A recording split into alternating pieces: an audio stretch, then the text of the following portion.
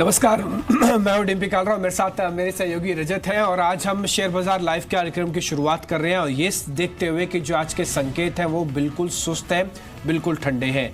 आज मेरे साथ दो खास मेहमान जुड़े हैं, गौरांग शाह हैं और साथ ही अभिजीत पॉल हैं, जिनसे हम अगले आधे घंटे के अंदर रणनीति समझते हुए चलेंगे कि हमको ट्रेड लेना कैसे है। लेकिन एक बार जरा जल्दी से एसजीएक्स निफ्टी भी देख लेते हैं। एसजीएक्स निफ्टी कैसे ट्रेड कर रहा है। अभी 3 अंकों की बढ़त आ चुकी है।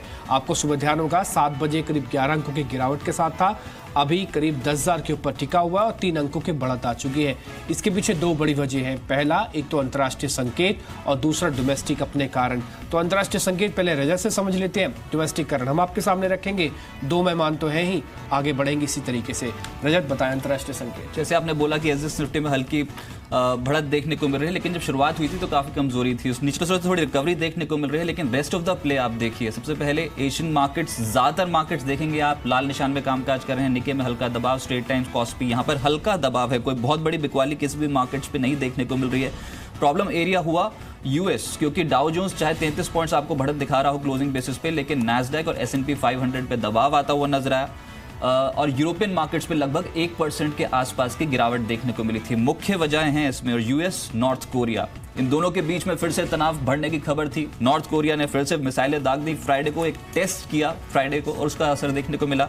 साथ साथ अगर यूएस में देखें तो वहां पर भी उन्होंने फाइटर प्लेन्स यहाँ पर उड़ाने की खबरें थी। तो ये जो जियोपॉलिटिकल टेंशंस बढ़ गई, उसका असर इक्विटी मार्केट पे भी आता हुआ नजर आया। इंपॉर्टेंट ये है कि Q2 जीडीपी के जो आंकड़े हैं यूनाइटेड स्टेट्स में वो अनुमान के मुताबिक आए हैं और कोई बहुत बड़े बदलाव की उम्मीद भी नहीं की जा रही। जो एस्टिमेट्स दिए जा रहे हैं वो भी 1.5% H1 में और 2.5% 2017 के आंकड़े हैं।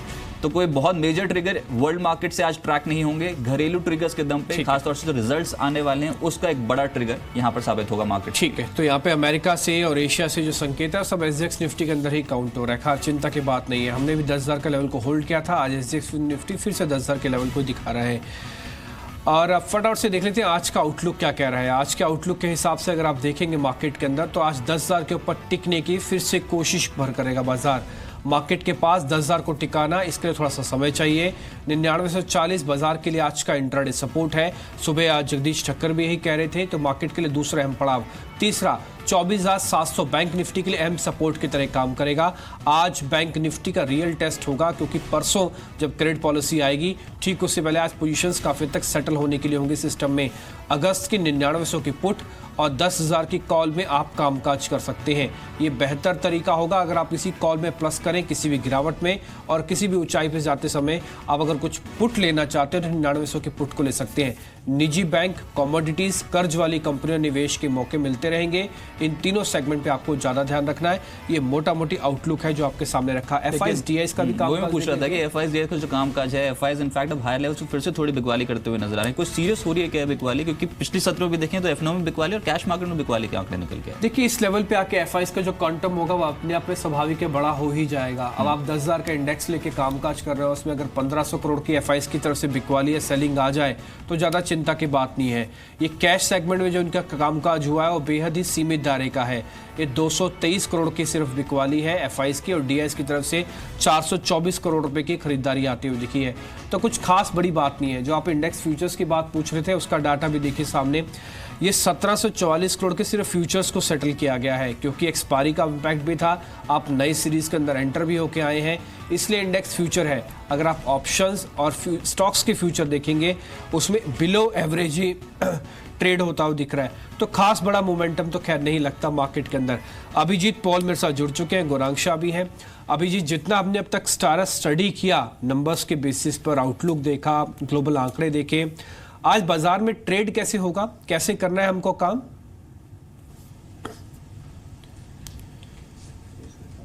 Dimpi, hi, good morning. Hi, morning, sir. Well, इसमें कोई डाउट नहीं है that we are in the middle of a very strong uptrend, right? The thing that the long bias जो हम लोग काफ़ी महीनों से maintain कर रहे हैं, it has paid off really well, and psychological levels have been breached. Nifty has added a D-digit to itself.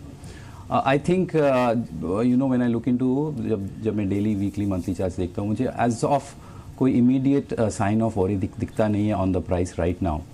So I think कि हमारा जो long bias रहा है, I think we should continue that. And look for trades जो कि ऊपर की तरफ ब्रेकआउट दे रहे हैं, एंड ये जो सेक्टरल मूवमेंट, स्टॉक मूवमेंट होते रहा है, I think we should focus on that and maintain a long bias. Abhijit ji, Nifty bank पे क्या करना चाहिए सर? रिकॉर्ड स्तरों पे कामकाज कर रहा है ये इस हफ्ते, क्योंकि आरबीआई क्रेडिट पॉलिसी बहुत अहम है, तो खरीदारी की जा सकती है अगले 2 ट्रेडिंग सेशन के पर्सपेक्टिव से क्या?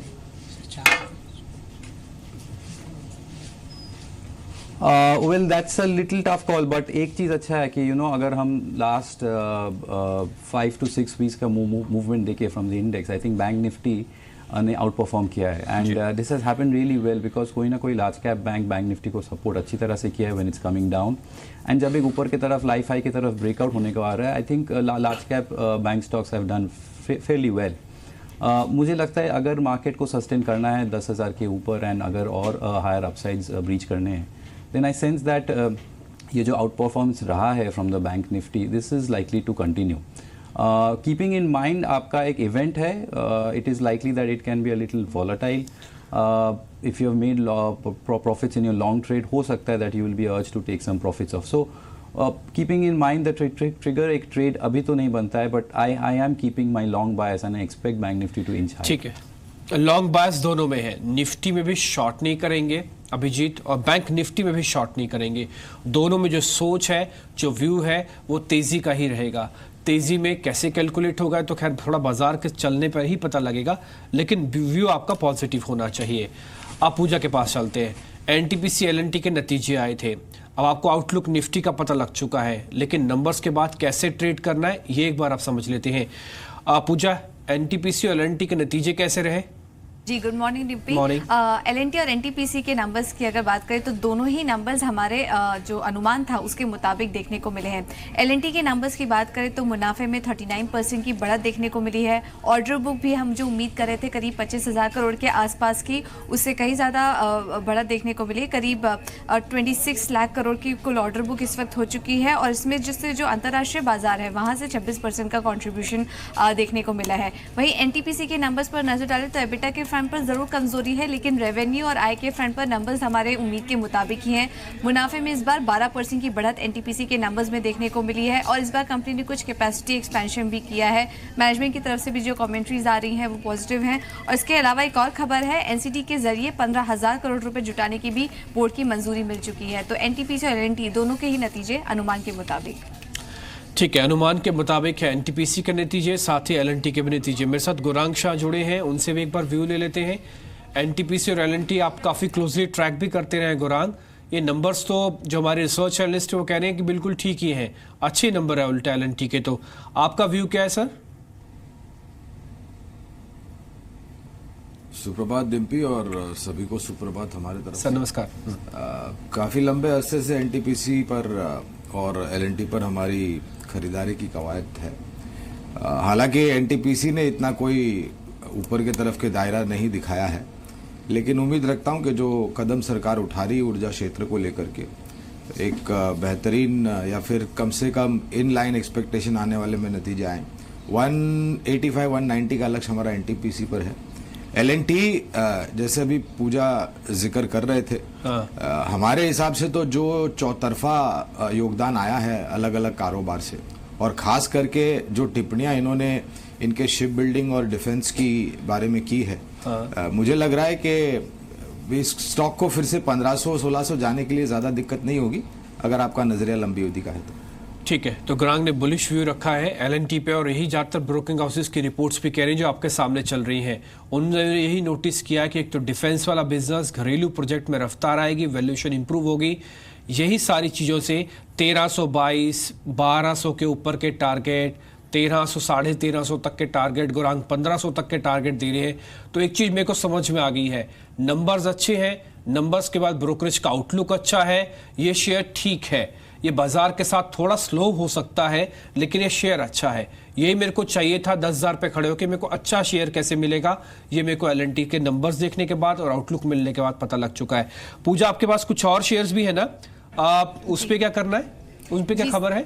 जी, शुरुआत पहले आईपीओ से करते हैं। एसआईएस लिमिटेड का आईपीओ आज खुलेगा और 2 अगस्त तक ये आईपीओ खुला रहेगा और इस आईपीओ के जरिए कंपनी करीब 780 करोड़ रुपए जुटाने की योजना है। तो इस आईपीओ में किस तरह का प्रदर्शन होता है, इस पर हमारी नजर रहेगी। कुछ और स्टॉक्स पर नजर डालें तो रिलायंस कम्युनिकेशन, यहाँ पर एक नेगेटिव खबर आती हुई रिलायंस कम्युनिकेशन और एयरसेल के मर्जर की काफ़ी समय से बात चल रही थी। यहाँ पर डीओटी ने आशंका जता दी है कि पहले इस डील को सुप्रीम कोर्ट से मंजूरी मिलनी ज़रूरी होगी, क्योंकि एयरसेल के जो प्रमोटर्स हैं उन पर कुछ मामला चल रहा है रिश्वत का सुप्रीम कोर्ट में, और खबर ये भी आ रही है कि सुप्रीम कोर्ट एयरसेल का लाइसेंस भी कैंसिल कर सकती है। तो अगर इस तरह का कुछ डेवलपमेंट होता है तो ये डील अटकती हुई नजर आएगी और डीओटी ने पहले कहा है कि जब तक सुप्रीम कोर्ट से मंजूरी नहीं मिलती तब तक वो इसको ग्रीन नॉट नहीं देंगे। इस खबर के चलते आज रिलायंस कम्युनिकेशन पर एक रिएक्शन देखने को मिल सकता है।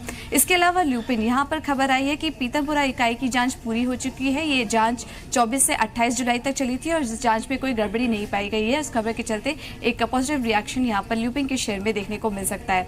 लेकिन ओवर द वीकेंड काफी सारी कंपनियों ने अपने नतीजे भी घोषित किए हैं। शुरुआत अच्छे नतीजों से करते हैं।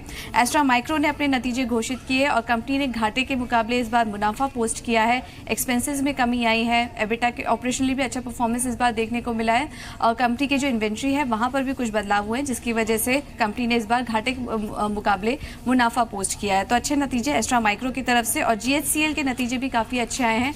मुनाफे में एक अच्छी खासी बढ़त, 102 करोड़ के मुकाबले इस बार कंपनी ने जो मुनाफा पोस्ट किया है वो 158 करोड़ का पोस्ट किया और आय में भी अच्छी खासी बढ़त देखने को मिली है। लेकिन कमज़ोर नतीजों पर नज़र डालें तो 2 सरकारी बैंकों के नतीजे आए हैं और दोनों में ही काफ़ी कमज़ोर नंबर्स देखने को मिले हैं। सेंट्रल बैंक के नंबर्स की बात करें तो ग्रॉस एनपीए अब 18% से ऊपर हो चुके हैं और नेट एनपीए के आंकड़े भी अब 11% के ऊपर हो चुके हैं और इस बार भी कंपनी ने घाटा पोस्ट किया है। वहीं देना बैंक के नतीजों की बात करें तो यहाँ पर भी नतीजे मोरलेस ऐसे ही हैं। ग्रॉस एसेट क्वालिटी में और ज़्यादा दबाव यहाँ पर देखने को मिल रहा है और देना बैंक ने भी इस क्वार्टर लॉस पोस्ट किया है। तो दोनों ही सरकारी बैंकों के नतीजे काफ़ी कमज़ोर इस क्वार्टर देखने को मिले। चलिए, बहुत शुक्रिया हमारे साथ जुड़ने के लिए, बताने के लिए कौन से स्टॉक्स हैं जो रडार पर रहेंगे। और डिम्पी, सुना आपने सेंट्रल बैंक का 18% जीएन पे पहुंच चुका है। हम बात करते हैं बैंकिंग सेक्टर के सरकारी खेमे की, लेकिन 18% की ग्रॉस एनपीएस फिगर्स, उस ऊपर से देना बैंक का फिर से लॉस।